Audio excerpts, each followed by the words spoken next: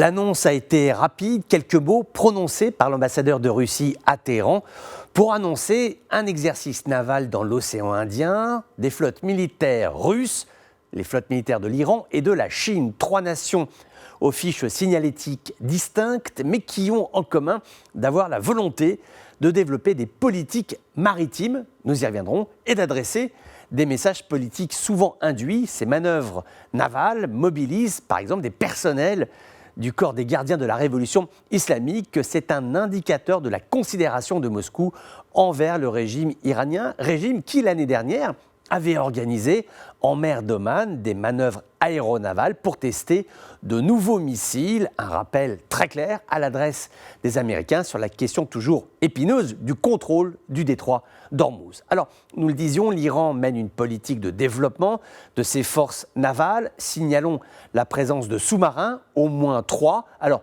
de vieux submersibles construits par l'Union soviétique d'autrefois, à partir de 1982, un programme nommé Kilo de sous-marins rustiques, mais qui permettent de créer l'incertitude à la surface des eaux. Idem pour les navires iraniens lance-missiles, des bâtiments, eux, qui sont d'origine chinoise, qui datent également des années 80, assez pour faire la guerre, pas suffisamment pour la gagner. On reste sur de l'appareillage ancien, parfois dépassé d'un point de vue technologique. Donc les forces navales iraniennes sont peu développées en raison du blocus économique et des caisses de l'État qui ne pourraient pas suivre un programme à l'américaine, par exemple, qui à ce jour est la première flotte mondiale. Maintenant, ça existe, on sait que les Iraniens n'hésiteraient pas à lancer leurs forces navales, par exemple dans le cadre d'une confrontation au niveau du détroit d'Ormuz. Les analystes qui travaillent sur ce dossier sont très clairs. Téhéran est déterminé, Téhéran veut conforter son aptitude à participer à des exercices navals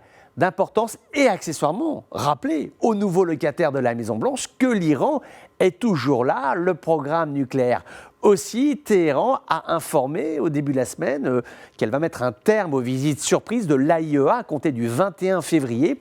Renégocier l'accord du 5+1, oui, non, peut-être encore faudrait-il savoir ce que l'on va mettre dedans précisément. N'oublions pas l'hostilité qui existe en Iran à l'encontre des Américains, ceci depuis 1979. Plus de 30 ans de tensions entre les deux pays, ce qui laisse des traces, une animosité que nous aurions tort de mésestimer. C'est peut-être là d'ailleurs le message de ces grandes manœuvres navales, une sorte de grincement de dents à l'adresse des États-Unis et de ses alliés dans la région.